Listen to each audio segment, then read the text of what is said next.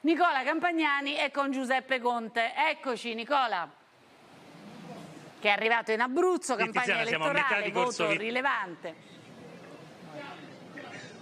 Esattamente, siamo a metà di Corso Vittorio, il Presidente lo sta percorrendo tutto accompagnato dai cittadini. Io l'ultima volta che l'avevo visto festeggiava a Vermentino e Canti Sardi. Dalla Sardegna all'Abruzzo volete replicare il successo? E qui siamo passati agli arrosticini. Esattamente. Beh, c'è un vento di rinnovamento, una voglia di cambiamento. C'è voglia di cambiamento? Pare di sì. E quindi noi siamo qui come sempre ad ascoltare i cittadini, a testimoniare la solidità di questo progetto politico, di questa proposta che è stata costruita sulla base delle esigenze specifiche della comunità abruzzese, da parte di tutti gli interpreti che sono i candidati e poi il candidato d'amico. E siamo convinti che se i cittadini vorranno premiare questo impegno, siamo certi che lavoreremo per loro per i prossimi anni per realizzare in modo chiaro gli obiettivi che adesso sono indicati. Noi non siamo per le false promesse, non siamo per la presa in giro dei cittadini. Quella è cattiva politica e noi la respingiamo. Senta Presidente, intanto ben trovato, che è un po' che non ci vediamo, sono contenta di ritrovarla, però le chiedo subito... Dottoressa, quando mi hanno detto che c'è il collegamento con voi, con gran piacere. Senta, no, le chiedo, torniamo solo un attimo sulla Sardegna, perché lì lei dice c'è un vento e quel vento soffia dalla Sardegna, immagino. Mi aiuta a capire, perché abbiamo visto una candidata molto forte, Alessandro Todde, e tra l'altro ha avuto, diciamo, i complimenti anche dall'altra parte, no? Cioè molti estimatori di Alessandro Todde anche dall'altro campo. Le chiedo però, chi ha sbagliato più forte in Sardegna, secondo lei, proprio nell'altro campo? Se l'è fatta lei un'idea? Ma guardi, io credo che quando di fronte a una vittoria del genere le componenti sono varie. Una prima base è stato il malcontento che si è accumulato tra i cittadini sardi, perché comunque parliamo di una giunta di centrodestra sarda che ha deluso fortemente e veramente ha creato dei disastri, a partire dalla sanità per finire alle infrastrutture, continuità territoriale, presidi scolastici abbandonati e via discorrendo. Uno.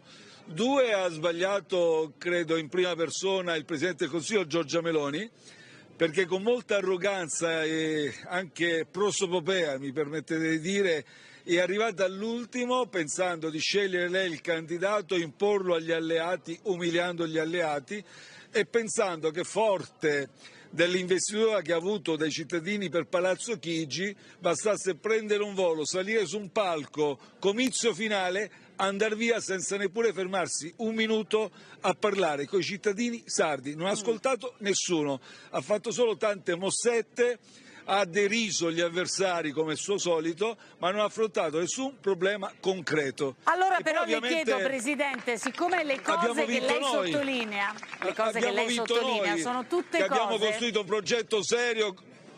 No, mi è chiaro, sì, e appunto partivo dal fatto che è stata una vostra vittoria, però le chiedo... Però scusi, dottoressa, però un attimo, vi faccio solo completare, poi ci abbiamo messo tanto del nostro e soprattutto ovviamente tutte le forze politiche e civiche che hanno lavorato a questo progetto, e ci ha messo tanto del suo la candidata Alessandra Todde, è ovvio. Quindi non tante c'è dubbio, componenti. ripeto, da lì ero partita, però le chiedo, proprio le ho chiesto quali erano le debolezze degli altri, perché in realtà da quello che lei mi racconta queste debolezze sulla carta in Abruzzo non ci sono. Quindi questo giro voi la partita ve la giocate, diciamo, a partire dal campo largo, anzi, adesso lei mi dirà il campo giusto, e non la voglio fare la domanda sul campo giusto o ingiusto, è un campo larghissimo, nel quale campo larghissimo, diciamo, voi vi mettete insieme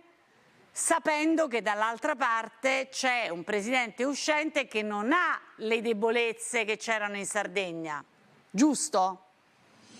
No, però guardi, qui ci sono tante debolezze che nella campagna elettorale stanno emergendo, come mi stanno raccontando i cittadini, e attenzione, ed è anche un segno di grande debolezza, ancora una volta, l'errore che Giorgia Meloni in persona sta compiendo anche qui, perché nel momento in cui arrivi in campagna elettorale e prometti la Roma-Pescara, ditemi se sbaglio, a quel punto lì dimostri ancora una volta che arrivi a qualche giorno, fai promesse mirabolanti eccetera, quando invece sono impegni da declinare ogni giorno, quotidianamente, con una seria attività amministrativa. I cittadini sono dell'altra cotanza, non ce la fanno più, perché hanno visto che questo è un governo ormai che sono 16-17 mesi che ha tradito tutte le possibili promesse fatte in campagna elettorale e non ha portato risultati, anzi vedono che l'economia va giù, le persone non arrivano a fine mese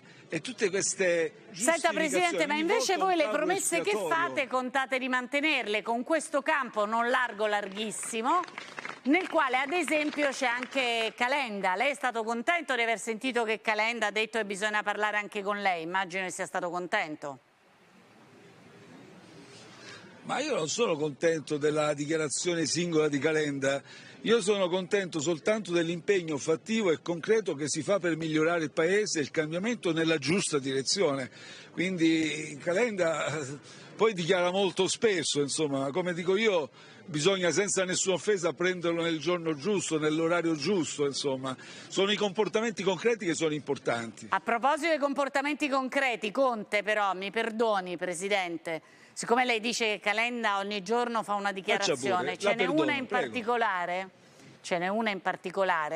che io credo sia utile guardare insieme a lei, quando Calenda dice che lei su Zelensky ha usato... Tra le tante quale l'ha colpita? Le frasi immorali che lei avrebbe usato su Zelensky a proposito del modo di vestire di Zelensky. Lei ha detto che consiglierebbe a Zelensky di non andare sempre in giro con un abbigliamento militare.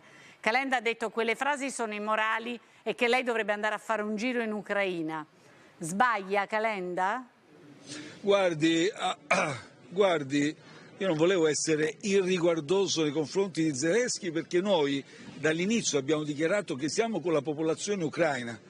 Ho voluto in un ragionamento molto più ampio e parlando ovviamente della modalità più utile per aiutare la popolazione ucraina. Poi aprirò una parentesi su un fatto recentissimo. Qualche ora fa è stata votata la risoluzione al Parlamento europeo. Quella risoluzione del Parlamento europeo, votata da tutte le forze politiche anche italiane, meno che dal Movimento 5 Stelle, dichiara come obiettivo principale la vittoria militare sulla Russia.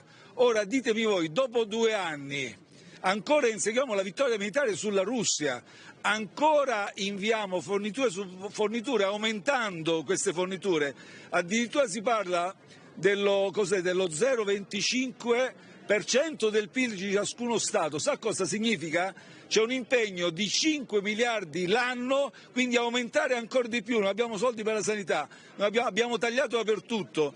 Questo governo non è stato capace di ricavare extra profitti dalle banche e li ha prelevati quei soldi dalle tasche dei cittadini e noi parliamo ancora di vittoria militare. Allora ha voluto dire, Presidente Zelensky, ce l'ha il comandante supremo militare, ce l'ha gli apparati militari, lui dovrebbe iniziare anche per aiutare il suo popolo a predisporsi anche lui per tavoli negoziati di pace. Aspetti Presidente, no, sa che cosa mi viene in mente? Lei avrà seguito stamattina le parole di Putin. Putin si veste con la giacca e la cravatta e stamattina, dopo 2 anni, ha ridetto che lui deve prendersi tutto ciò che è suo, intendendo per sua l'Ucraina, e ha anche detto che pure la Transnistria si va a prendere, cioè è sua e la deve difendere. Siccome quando dice che deve difendere qualcosa c'è un problema. La condanna di Putin, dottoressa, la condanna di Putin, noi siamo stati forse la prima forza politica che ha condannato Putin e questa aggressione.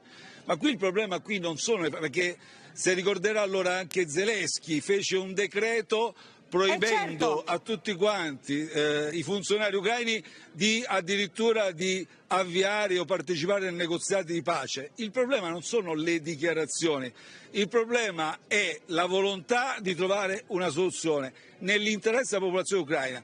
Per me, per noi, la soluzione, ma credo per ormai tutti i cittadini, la maggior parte diciamo così, dei cittadini, non è un'escalation militare, una strategia militare, un conflitto crescente. Adesso, e l'ha posto anche Macron il tema, che facciamo? Inviamo uomini militari? Allora i governanti devono venire nei parlamenti e ci devono dire qual è la strategia.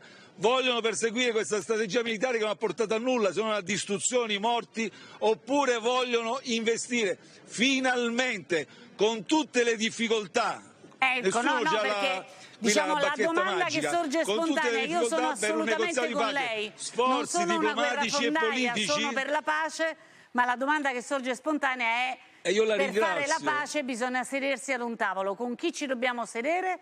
Chi si deve sedere e con chi? Guardi, tutti coloro che hanno raggiunto negoziati di pace per porre fine ai conflitti di tutto il mondo hanno detto che il dialogo lo puoi fare solo con il nemico. Appunto. Perché con lui quindi bisogna che Putin si voglia sedere con noi. Il dialogo con chi lo fai? Ma che ci parliamo tra di noi? No, bisogna lavorare, come sa fare la diplomazia, per cercare, certo, con chi facciamo il negoziato di pace? No, però, che a occhio al momento non mi sembra molto disponibile Putin, però magari mi sbaglio. Senta Presidente, un'ultimissima cosa le chiedo. Un'ultimissima cosa. Ma perché le dichiarazioni del fronte occidentale sono più... Ma scusi, ma le dichiarazioni del fronte occidentale sono più... Sì, ma essendo che è lui quello che ha aggredito, lei capisce che io mi aspetterei a un certo punto che uno dice bene, questo è il momento di ragionare. Non mi pare che sia così. Però diciamo non possiamo dilungarci più di tanto, le chiedo un'ultima cosa. Se stiamo allora alle dichiarazioni, se stiamo alle dichiarazioni, continuiamo allora all'escalation militare e accettiamo il conflitto nucleare, il rischio del conflitto nucleare. Senta Presidente, il reddito di cittadinanza in ogni regione vuole portare? L'ultima domanda. Ma io dico, guardi, che è stato vergognoso il comportamento di questo governo, che appena si è insediato ha iniziato a fare non la guerra alla povertà ma ai poveri. Potevano modificarlo, migliorarlo eccetera, invece hanno preferito fare la guerra ai poveri. Il risultato qual è? Che abbiamo 500.000 nuclei familiari che il governo stesso riconosce essere in condizioni di povertà assoluta, che non hanno di che mangiare. In questo momento Caritas, tutte le strutture della solidarietà sociale si stanno sovraccaricando, cercando di leggere questo impatto, ma non ci riescono. Quindi la risposta è sì, reddito di cittadinanza in tutte le regioni. Ma certo, noi come sempre abbiamo detto, quando c'è una riforma così importante, così coinvolgente, si può lavorare per migliorarla. Ma fare una guerra ideologica contro i poveri... No, questo mi è chiaro. No, mi domandavo se l'aveva condivisa questa cosa con Calenda e Renzi, che sono lì in Abruzzo insieme a lei, nel campo larghissimo. Dire che è una cosa indegna o no? Adesso hanno finito pure di sistemare i parenti, adesso inizieranno forse a prendere qualche persona Presidente, la devo salutare, la vedo in forma però. Ci rivediamo presto, grazie per essere stato con noi.